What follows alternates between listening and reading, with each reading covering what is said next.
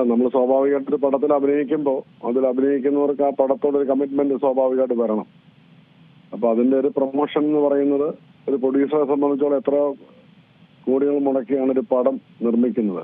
അപ്പൊ ആ ഒരൊറ്റ പാത്രത്തിൽ നിന്നാണ് ഈ പൈസ മുഴുവൻ പോണത്.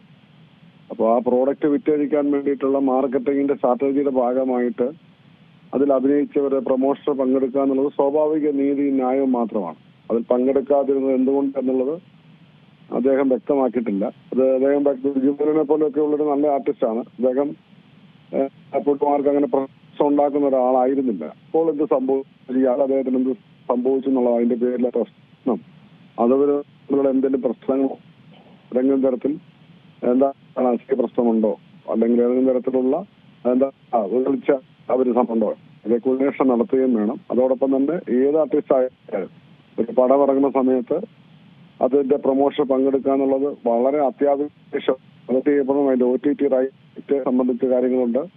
അതുപോലെ തന്നെ സാറ്റലൈറ്റുമായി ബന്ധപ്പെട്ട ഓൺലൈൻ ബന്ധപ്പെട്ട റൈറ്റുകൾ ചിലപ്പോൾ കിട്ടും. എല്ലാ പടങ്ങളും കിട്ടത്തില്ല. 98% പടങ്ങൾക്ക് ഇതൊന്നും ഒരു റൈറ്റും കിട്ടുന്നില്ല. ഇപ്പോൾ ആകെ 5-6 പേർക്ക് മാത്രമേ ഒത്തിന്റെ നോംസുള്ളൂ. ശ്രീ മമ്മൂട്ടിയായാലും ശ്രീ മോഹൻലാലായാലും പ്രതിലും ദിലീപായാലും ഉണ്ണിമായാലും അങ്ങനെയുള്ള ആർട്ടിസ്റ്റാണ് ഇപ്പോൾ ഈ OTT-യിലോ സാറ്റലൈറ്റിലോ ഒക്കെ പോയി നമുക്ക് ടേബിൾ ചെയ്യാൻ പറ്റത്തുള്ളൂ. ബാക്കി ആൾക്കാർക്കും തന്നെ അങ്ങനെ ചെയ്യാൻ പറ്റുന്ന ഒരു അവസ്ഥയുണ്ട്. ഇപ്പൊ ഞാൻ തന്നെ എന്റെ ഒരു പുതിയ പടം ഞാനിപ്പോ ഷൂട്ട് ചെയ്തുകൊണ്ടിരിക്കണം. ഫാൻഡം 5 എന്നാണ്. ആ പടത്തില് എടുക്കുന്ന വേദന സ്ട്രെയിന് സാമ്പത്തികമായ സ്ട്രെയിനാണ്. അല്ലാതെ മറ്റൊരു കാര്യം ഇപ്പൊ എത്രയോ പേരാണ് നൂറടങ്ങുന്ന ഒരു സംഘത്തെ ഡെയിലി അവരുടെ ബാറ്റ് അവരുടെ റെമ്യൂണറേഷൻസ് ആർട്ടിസ്റ്റുകളുടെ കൊടുത്തു വരുമ്പോൾ നമ്മൾ കണ്ണു തള്ളി പോകും. അതുപോലെ സാമ്പത്തികം ഇല്ലാതെ നോക്കുമ്പോൾ അതിന്റെ റിലീസുമായി ബന്ധപ്പെട്ട ആ പ്രോഡക്റ്റ് ജനങ്ങളിലേക്ക് എത്തുന്ന ഒരു സമയത്ത് അതിൽ അഭിനയിച്ചവരുടെയും അതിന്റെ സാങ്കേതിക മികവുള്ള പ്രവർത്തകരുടെയും ഒക്കെ ഒരു സഹായം, ഒരു കൈത്താങ്ങെന്ന് പറയുന്നത് നമുക്ക് വലിയ ഒരു ആശ്വാസമാണ്. അപ്പൊ അത് ലഭിക്കില്ല എന്ന് പറയും വളരെ ബുദ്ധിമുട്ടാണ്. ഒരു നടനെ മാത്രം വെച്ച് പറയല്ല. ഇപ്പൊ നമ്മൾ ബിജുമോനെ മാത്രം ടാർഗറ്റ് ചെയ്യുന്നതോട് എനിക്ക് യോജിപ്പില്ല. മറ്റു പലരും ഉണ്ട്.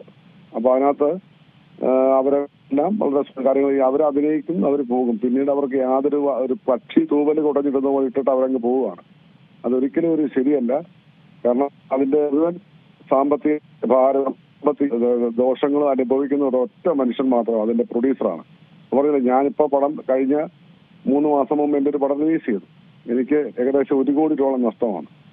ആരും തന്നെ വിളിച്ചു പോലും ചോദിച്ചില്ല എന്താണ് പടം വിജയിച്ചോ പരാജയപ്പെട്ടോ, അയ്യോ അങ്ങനെ സംഭവിച്ചോ എന്നുള്ള ഒരു സിമ്പതി പോലും വർക്കൗട്ട് ചെയ്യുന്നില്ല. എങ്കിലൊരു മര്യാദയ്ക്ക് പോലും ആരും വിളിക്കില്ല. അഭിനയിച്ചവരും വിളിക്കത്തില്ല, സാങ്കേതിക വിദഗ്ധരും വിളിക്കത്തില്ല. അവരൊരു പടം പരാജയപ്പെട്ട് കഴിയുമ്പോൾ പ്രൊഡ്യൂസറെ കുറ്റപ്പെടുത്തുക. സമൂഹത്തിലും അങ്ങനെയാണല്ലോ. ഓൺലൈൻ മാധ്യമങ്ങളിൽ പടം പൊട്ടിക്കഴിയുമ്പോൾ ഇപ്പൊ ഈ അടുത്ത നാളിൽ എന്റെ പടത്തെക്കുറിച്ച് OTT വന്നപ്പോൾ ഒരാൾ എന്നെ മാത്രം കുറ്റപ്പെടുത്തുന്നത് കണ്ടു. ഞാനല്ല അതിന്റെ ക്രിയേറ്റിവിറ്റിയുടെ ആൾ അല്ലേ. അപ്പൊ സജി അന്ത്യാറിന്റെ പടം എന്നൊക്കെ പറഞ്ഞു സജി അന്ത്യാറിന്റെ വേറെ പണി ഇങ്ങനെയൊക്കെ ചോദിക്കുക. കാരണം നമ്മളൊന്ന് ആലോചിച്ച് നോക്കാം. നമ്മളൊരു ക്രിയേറ്റിവിറ്റിയിൽ നമ്മൾ പങ്കെടുക്കുന്നു. അതിന്റെ ക്രിയേറ്റിവിറ്റി എന്ന് പറയുന്നത് ഡയറക്ടർ, സ്ക്രിപ്റ്റ് റൈറ്റർ, ക്യാമറമാനും അവർ ഉൾക്കൊള്ളുന്ന ടെക്നീഷ്യന്മാരുടെ കയ്യിലാണ്. പ്രൊഡ്യൂസർക്ക് പണം മുടക്കാനും നിർദ്ദേശം കൊടുക്കാനും മാത്രമേ സാധിക്കത്തുള്ളൂ. അപ്പൊ പണം പിടിക്കുന്നവർക്ക് മാത്രമേ അതിന്റെ ബുദ്ധിമുട്ട് അറിയത്തുള്ളൂ. നമ്മൾ സാധാരണ പറയുന്നത് മുട്ടയിടുന്ന കോഴിക്ക് അതിന്റെ വിഷമം അറിയാന്ന് പറഞ്ഞ പോലെ മറ്റുള്ളവർക്ക് നമ്മളെ പരിഹരിക്കാം, നമ്മളെ ഇതൊക്കെ വേണമെങ്കിൽ പറയാൻ മാറിയെന്ന്. പക്ഷെ ഇത് അനുഭവിക്കുന്ന ഒരാൾക്ക് അവരാ സ്ഥാനത്ത് വന്ന് നിൽക്കണം. ഒരു പടം പിടിക്കുന്ന പ്രൊഡ്യൂസറുടെ സ്ഥാനത്ത് അവർ വന്ന് നിൽക്കുമ്പോഴേ നമ്മൾ പ്രൊഡ്യൂസർമാരുടെ സ്ട്രെയിൻ എന്താണെന്ന് മനസ്സിലാകുന്നത്. ഒരിക്കലും ഈ പടം പിടിക്കണം. ഇങ്ങനെയുള്ള ഒരു പടം പിടിക്കുമ്പോഴാണ് ഈ ലക്ഷങ്ങളും കോടി പോകുമ്പോഴാണ് അതിന്റെ ബുദ്ധിമുട്ട് മനസ്സിലാകത്തുള്ളൂ. പണത്തിന് വിലയുള്ള നമ്മളാരും നല്ലല്ലോ പണം. അപ്പൊ അങ്ങനെ വരുമ്പോൾ ഒരു പ്രോഡക്റ്റിന് വേണ്ടിയിട്ട് അവരുടെ പ്രോഡക്റ്റ് അവരുടെ കുഞ്ഞാണത്. ആ കുഞ്ഞിനെ താലോലിക്കാനും വളർത്തിയെടുക്കാനും ഓരോ ആർട്ടിസ്റ്റുകൾക്കും അതിനകത്ത് ടെക്നിക്കൽ ബാധ്യതയുണ്ട്. അത് സാമാന്യ മര്യാദയാണ് അല്ലേ. അപ്പൊ ഇതല്ലാതെ മാറി എന്ന് കൈ കിട്ടി നിൽക്കുന്നതിനോട് അത് ഞാൻ ഒരു വ്യക്തിയെ മാത്രം കേന്ദ്രീകരിച്ച് പറയാല്ല. ബിജുമോനെ മാത്രം ടാർഗറ്റ് ചെയ്യുന്നത് എന്താണെന്ന് എനിക്കറിയില്ല. ബിജുമോനെ ചെയ്ത് തെറ്റാണെങ്കിൽ തെറ്റ് തന്നെയാണ്. പക്ഷേ മറ്റു പല നടന്മാരും അങ്ങനെ തന്നെയാണ്. ഇപ്പൊ നമ്മളൊരു ചാൻസ് കൊടുത്ത നടന്മാർ പോലും നമ്മളോട് ഇപ്പൊ ഞാൻ തന്നെ പല പടങ്ങളും ചാൻസ് കൊടുത്തവരുണ്ട്.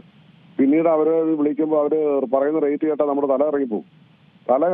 മലയാള സിനിമ തകർന്നടിഞ്ഞിരിക്കുക. വല്ലപ്പോഴും ഒരു പടം ഹിറ്റാകും. ഇപ്പൊ പ്രകമ്പനം ഹിറ്റാകുന്നുണ്ട് അല്ലേ. വല്ലപ്പോഴും 100-2%. ബാക്കി എല്ലാ പടങ്ങളും ചെറിയ പടങ്ങളൊക്കെ വീഴുക ബോക്സ് ഓഫീസിൽ.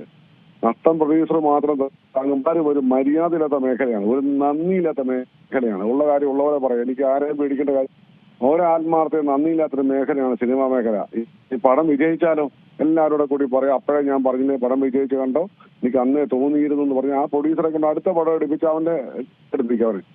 ഇതൊക്കെയാണ് ഇപ്പൊ പരാജയത്തിന്റെ ഉടമസ്ഥൻ അവസാനം പ്രൊഡ്യൂസർ മാത്രമാണ്. ഒരു പടം പരാജയപ്പെട്ട് കഴിയുമ്പോൾ അതിന്റെ പരാജയം മുഴുവൻ പ്രൊഡ്യൂസറുടെ തലയിൽ വെക്കും, കാശ് മുടക്കിയല്ലേ. ക്രിയേറ്റിവിറ്റി പങ്കെടുത്തിട്ടെല്ലാം മാറി ഇന്ന് കൈ കഴുകി വേണം പ്രൊഡ്യൂസറോടെ കുറ്റപ്പെടുത്തുന്ന ഒരു അവസ്ഥയുണ്ട്.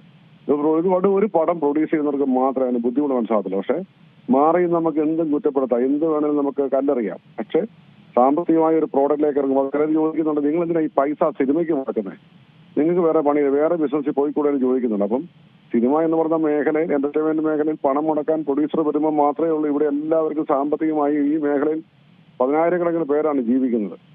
ഗവൺമെന്റ് 5 പൈസ മുടക്കില്ല. ഗവൺമെന്റ് അങ്ങോട്ട് പൈസ 40% ഗവൺമെന്റ് വാങ്ങിക്കൊണ്ടിരിക്കുന്നത് ടാക്സ്. കേന്ദ്ര ഗവൺമെന്റ്, സ്റ്റേറ്റ് ഗവൺമെന്റിന്റെ GSTയും മറ്റ് ടാക്സുകൾ വരുമ്പോൾ ഒരു 1,00,000 രൂപ മുടക്കുന്ന പ്രൊഡ്യൂസർക്ക് 40,000 രൂപയാണ് പലിശ നമ്മുടെ നികുതി ഇനത്തിൽ പോകുന്നുണ്ട്. ഒരു മര്യാദയും തിരിച്ചില്ല, കറവ പശു ആക്കുകയാണ്. തൂമ്പാട്ട് മാത്രമേ ഉള്ളൂ, ഇങ്ങോട്ടില്ല. അപ്പൊ മനസ്സിലാക്കേണ്ട ഒത്തിരി കാര്യങ്ങളുണ്ട്. അപ്പൊ ഇത് ഇൻഡസ്ട്രി ശരിക്കും സർവേ ചെയ്യാൻ ബുദ്ധിമുട്ടുമ്പോൾ എല്ലാവരും സഹകരിച്ച് മുന്നോട്ട് പോകും. അപ്പൊ ജനങ്ങളുടെ സഹകരണം വേണം, പ്രേക്ഷകരുടെ സഹകരണം വേണം, ആർട്ടിസ്റ്റുകളുടെ സഹകരണം വേണം. ഈ സഹകരണം മാത്രമേ നമുക്ക് വിജയത്തിലേക്ക് പോകാൻ പറ്റൂ. നല്ല കണ്ടന്റ് ഉണ്ടാവണം. അപ്പോൾ പ്രേക്ഷകർ തന്നെ നല്ല പടങ്ങൾ വിജയിപ്പിക്കുന്നവരാണ്. അപ്പൊ എല്ലാവരും പ്രൊഡ്യൂസർ പരാജയപ്പെടുന്ന പടങ്ങളെ പരിഹസിക്കുന്നതിനപ്പുറം അതിന് വേദനയും സാമ്പത്തിക നഷ്ടത്തെക്കുറിച്ചും അവർ സ്വയം മനസ്സിലാക്കി എല്ലാ ആ പടത്തിൽ ആരഭിനയിച്ച അവർ വന്ന് പ്രൊമോഷനിൽ പങ്കെടുത്ത് ആ പടം വിജയിപ്പിക്കേണ്ടത് അവരുടെ ബാധ്യതയാണ്. അവർ പണം വാങ്ങിച്ചു പോയവരാണ്. അപ്പൊ അതുകൊണ്ട് ഈ കാര്യത്തിൽ ഒരു വ്യക്തിയെ മാത്രമല്ല സാമാന്യവൽക്കരിച്ചുകൊണ്ടാണ് ഞാൻ സംസാരിക്കുന്നത്. ഇതിനകത്ത് ഏതെങ്കിലും തരത്തിലുള്ള പ്രവണത ഉണ്ടെങ്കിൽ അത് ദോഷമാണ്, അത് ഇൻഡസ്ട്രിക്ക് ദോഷം. ഇത്തരക്കാർക്കെതിരെ നടപടികൾ ശക്തമായി എടുക്കേണ്ടത് തന്നെയാണ്. ഏറ്റവും പുതിയ വാർത്തകളും വിശേഷങ്ങളും വിരൽ തുമ്പിലറിയാൻ സീ മലയാളം ന്യൂസ് എല്ലാ ഡിജിറ്റൽ പ്ലാറ്റ്ഫോമുകളിലും ലഭ്യം.